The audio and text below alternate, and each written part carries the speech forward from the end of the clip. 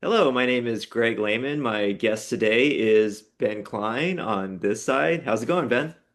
It's going well. Thank you for having me. Outstanding. Thanks for coming back again. This is great. Really appreciate your time and energy. And let's dive into it. You ready? I'm ready. Cool. If you could define the current state of poetry as you see it in three adjectives, what would they be? Possible, widescreen, and I'm gonna say inclusive.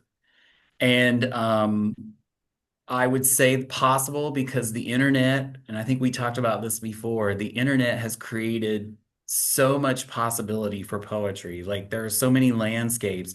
Everything from we still have our print journals, we still have our zines, which are seeing a revival, which I love, and all the digital formats from just your basic little blogging journals to your Substacks to your NFTs to your interactive digital objects. I just love it.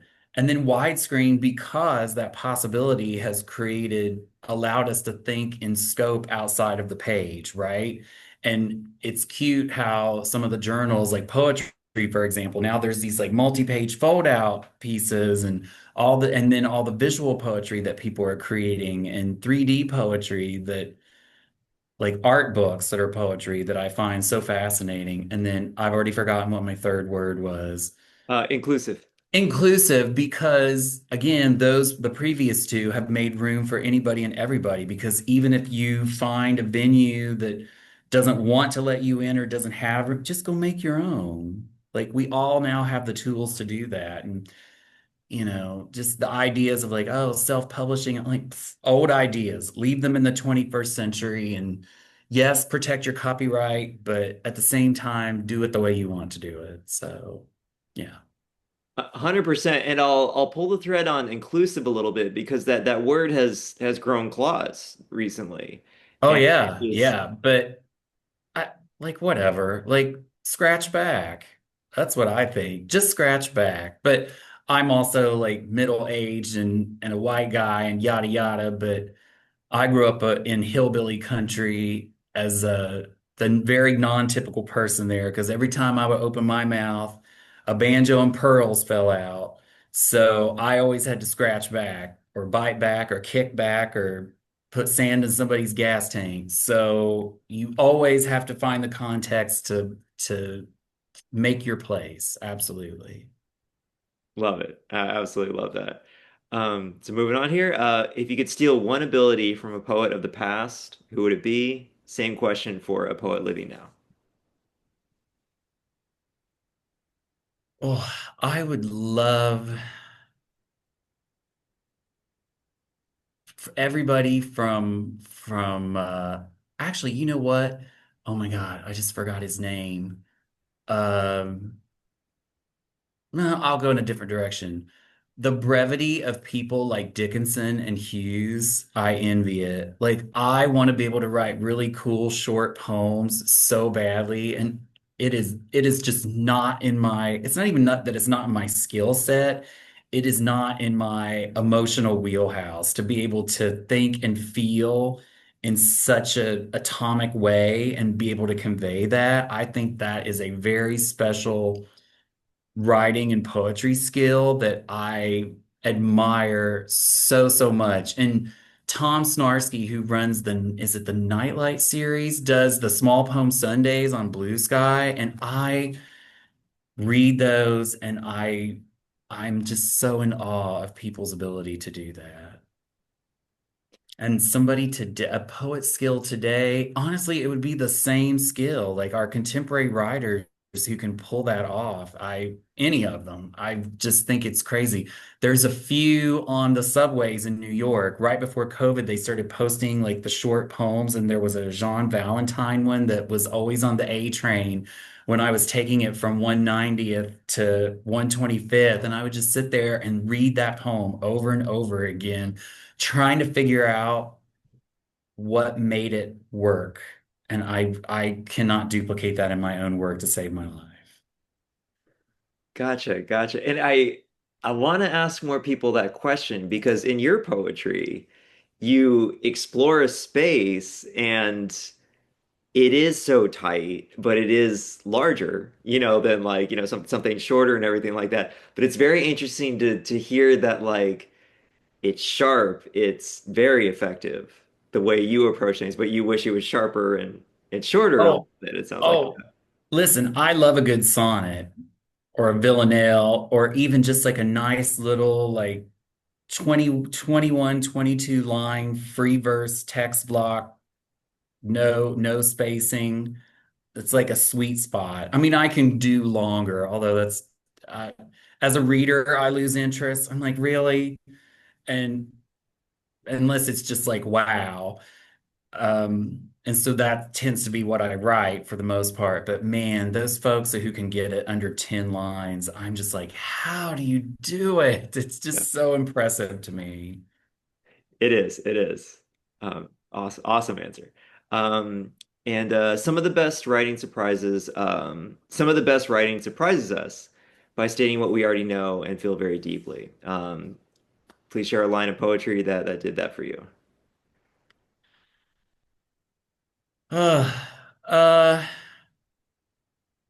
I mean, I always go back to Do I Dare Eat the Peach, right? Because that in Eliot, which all his issues and problems we've discovered post facto, like that line, like everybody knows that feeling and what it's intuiting, but then it has so much context and subtext at the same time. Again, I'm impressed with someone's ability to craft a line that can do that. And think about that. That line has sustained through culture and change and history that you can recite that line and people who've been exposed to that poem and poetry in general will know what you mean. And then it's even become pervasive in the broader culture, this notion of like the peach, the forbidden fruit, yada yada, that it resonates. And so as a poet, I think of I'm like, oh, I'd like to write a line like that one day. So we'll see. Yeah, yeah. Or Let's maybe go. I already have, but the world won't discover it until like I've been dead 100 years. So who knows? Well, let's go a little deeper there because I'm big on like, don't whatever happens in history, don't eliminate a person just because they're controversial. Like teach the controversy. So how do you feel like that line has been deepened the more we've learned about T.S. Eliot and his unfortunateness? I mean, I think it just adds additional context to the line, both from its original inception and then how the line grows beyond the poem and the poet. Um, and it's okay for art to have light and dark parts. It's just another form of inclusiveness. If people find their engagement with it to be potentially to their dismay, dislike, or harm, there's also nothing wrong with not engaging with. I mean, that's the beauty of choice, right? Um, so I don't think it detracts in that it takes a little sheen off of it, but that's okay because sometimes good art is a little grimy. So, but then I say that as a child of the 80s who grew up with all the artists who were really pushing the envelope of getting to pushing society's buttons and causing people to have purposeful negative reactions that were both part of the art and part of their personal story arc. So maybe I'm culturally attuned to existing in that in a way that other people both before and after are not. That, yeah. Exactly. And yeah, this is a Russian doll situation where we're looking at all these different frames, and that can't happen if we're like, oh, this person was trouble, so we have to get rid of them completely. Like we wouldn't have, I Right. shudder to think about what happens then. Yeah. Yeah. I mean, and it's not just writers, it's artists. I mean, and it's like from Picasso to Mapplethorpe to even musicians and appropriation and like that. I mean, the standards change and our awareness of the standards changes and it's okay to change. That's my big thing. Like it's okay. Like your opinion of something can change, how you feel about it can change, what it means to you and other people can change, and doesn't always have to be in agreement. Absolutely. Oh, So escape the algorithm and just feel what you feel. That's oh my yeah. advice. Okay. Yeah. We'll print shirts. That's great. Yes. Um, Alrighty, so moving from there, so which, poet, person, artist, family member, um, whose story do you look to when you seek hope and guidance in your personal approach to the craft of poetry? I mean, so full disclosure to the audience, we talked a little bit about this one beforehand, in that I sometimes feel like I popped out fully formed and was sort of very self-determinate. I think I mentioned earlier running away and being a little heathen from Go. And a lot of that was just coming out with sort of like a fully formed personality. I have changed a lot as I've aged and mellowed, but like for the longest time, I was like, I still feel like that little 5-year-old twerp. And so I always had inspirations more so than aspirations, in that there were people that I was inspired by something they did or what, but I never wanted to do that thing. Like I've enjoyed being a writer but I have a whole like, I mean, I'm an information professional, I'm a librarian, etc. And that is like a whole life. And then poetry is over here and is always this thing that I've done. Rarely do they intersect, although with my series Poetry Stacked here at the university, they absolutely intersect. But it's funny because since we recorded previously, and then this time I moved and discovered my very first two publications, one of which I was paid for in 1994. And I found the print journal and my little short story because I started as a fiction writer and then switched to poetry later. Um, and I found my very first short story, and then I found the first poem, which was a few months later in a campus journal that was all it was called. Oh my gosh, I've totally forgotten what it was called now. But it was like it was a DEIA journal that was produced by students at the university, like in 1995. And I was like, oh wow, we were on the business back then too, weren't we? We just didn't call it the same things. And we have much more expansive ideas about it now. So to circle back to that, it's like finding inspiration in those moments, but then sort of living in existence of like, okay, well, I'm going to do all these things at once, and then you just kind of have to barter your time. I mean, I'm fortunate that I can do that because I have never had children or anything like that, because I understand those are huge tasks in life that can not interfere, but have to work in harmony with being a creative person and finding the space, both physically and emotionally, to do that work. So, yeah, but yeah, so everybody from like, Frida Kahlo to even Whitman, like just and learning what a kooky person he was in terms of like just some of his bizarre RFK style writings in the 1850s and all my huge musical inspirations that range from like Bowie and Madonna and Prince and Bjork and that sort of stuff. So lots of inspiration, but not a lot of aspiration other than I'm just going to do what I want. So I love that, and I couldn't keep that answer to myself, so I had to ask it again. Like I love, and then finding those, my goodness. So yeah, 30-year-old publications. What a find. it was wild. I didn't even know I had them. The box was filled with all of my college workshop drafts that we used to have to type on typewriters first, then we got word processors. Yeah. And so it's all handwritten workshop notes from the poets that I worked with at the time. And I posted a couple of them on Instagram and like tagged some of the friends who were, because this is the only way I still keep in touch with those people is really on like social media. I haven't seen or spoken to any of them in 25 plus years. So yeah, that was wild. It was a real sort of like full circle moment of like, oh, that aspiration was actualized. and but the inspiration continues. So yeah, that was nice. Amazing. Oh, I love that. Okay, so gonna move into the poet association game. Oh my gosh, here we go. Yeah. So you'll know them all and everything. So Oh God. Let's hope I don't pop off with and say something ridiculous, but I'll well, try to that's be what I'm aiming honest for. and nice. Okay. If it's not ridiculous and scary, then I don't see the point. But yeah, okay. So all right, here we go. Nikki Giovanni. Ah, I mean, a fellow Ohioan, so just like royalty, royalty. That's the only word there. Beautiful. Ocean Vuong. Ocean. I like Ocean's work. I'm more entertained by their use of Instagram stories. I'm like, go you. I'm here for it. A very fun follow. I highly even Oh, does not disappoint. Does not disappoint. yeah. And Sexton. Oh, wow.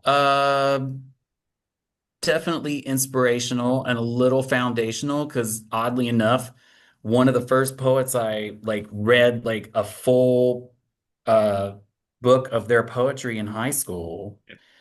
You know, beyond like the standards that you would read in high school, like The Awful Rowing Toward God was actually one of the first full books of poetry I ever read. And I was just like, I'm pretty sure I'm not supposed to be reading this at 14, but okay.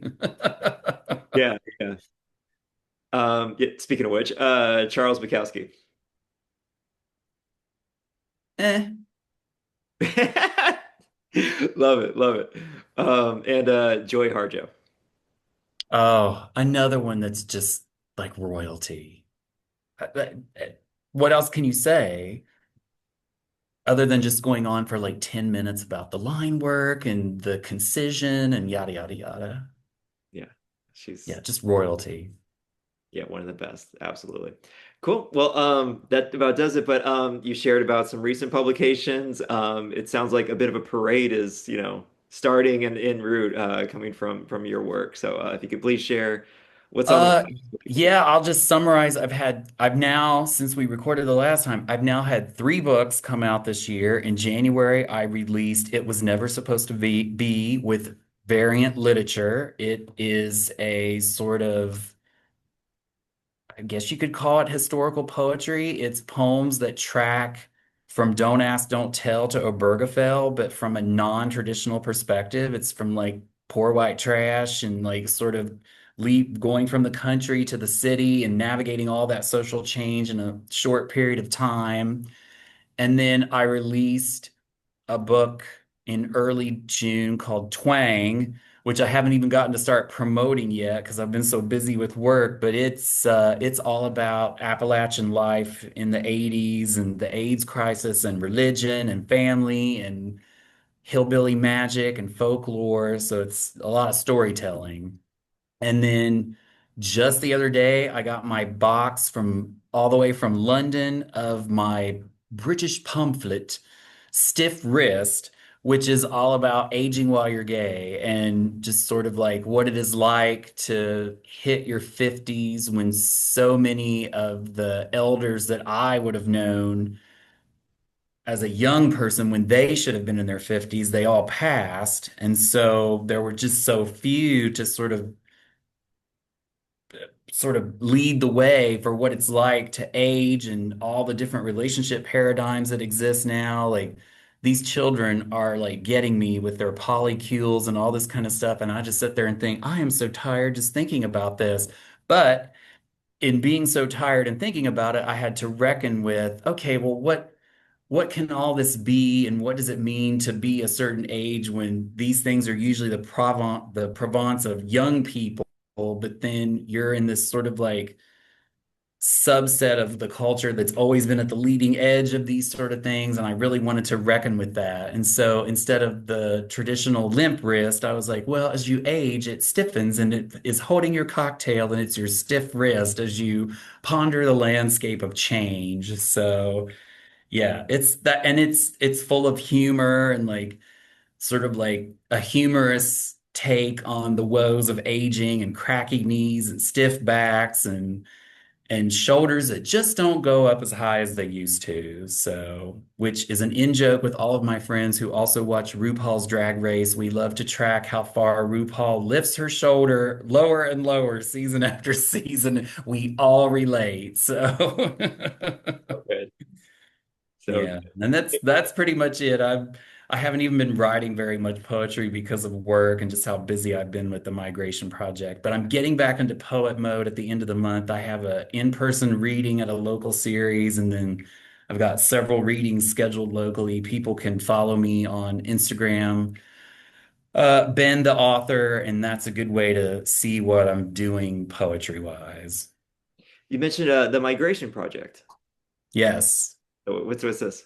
Oh, well, so our entire university library system is moving from one services platform to another. So we're going from a sysql database on servers to a fully web interface, cloud-based uh, catalog and service and operating system. And it is not a one-to-one move. It's probably a 1 to 47 move. And it's a lot. It's a lot. And I wouldn't be surprised if I end up writing a book about this because of what it's like to encounter this level of technological change and process when you were like, oh, yeah, I'm just going to coast the rest of my professional life. Instead, I've spent the last 2 years working harder than I've ever worked before and learning more than I ever imagined I would need to. And it's fascinating because then you start to confront, oh, I've run out of active memory, just like a machine, and sort of like confronting that. So a lot of my drafts, I have started tinkering around again the last week, and I have like these little bits and pieces that are about physical limits of the body to interact with the information world, and what does that mean for us as humans, and the whole concept of being uploaded into the digital ether after we pass, like just thinking about those kind of issues. I love all of that. I can't wait to see the poetry that you write about Well, that. Yeah. that will depend on your opinion because I personally do not want to be uploaded. I would like to turn to dust and go back to the ditch. I'm good with that. Well, not too soon, Ben. But I'll also say like, everything you're doing in the poetry community, amazing. But especially now, just everything you're doing in the way of library science. Like I can't say enough good things about Oh, thank you. Oh, yeah. And shout out to Poetry Stacked. It's a series we run here at the University of Cincinnati. It is a wonderful way to bring local poets and student poets and faculty and staff poets together. And yeah, we're having an amazing collaboration this October with the campus Student Wellness Center, where we're really going to focus on wellness poetry and have an open mic and a big educational event. I'm very much looking forward to getting back to that work as well. Outstanding. Outstanding. Well, huge fan of everything you're up to. Thanks again for your time and energy today, Ben. Oh, thank you, Greg. This has been a pleasure. I love it. This series is wonderful. It's so wonderful. Thank you so much. We'll talk soon. Yes, have a good one.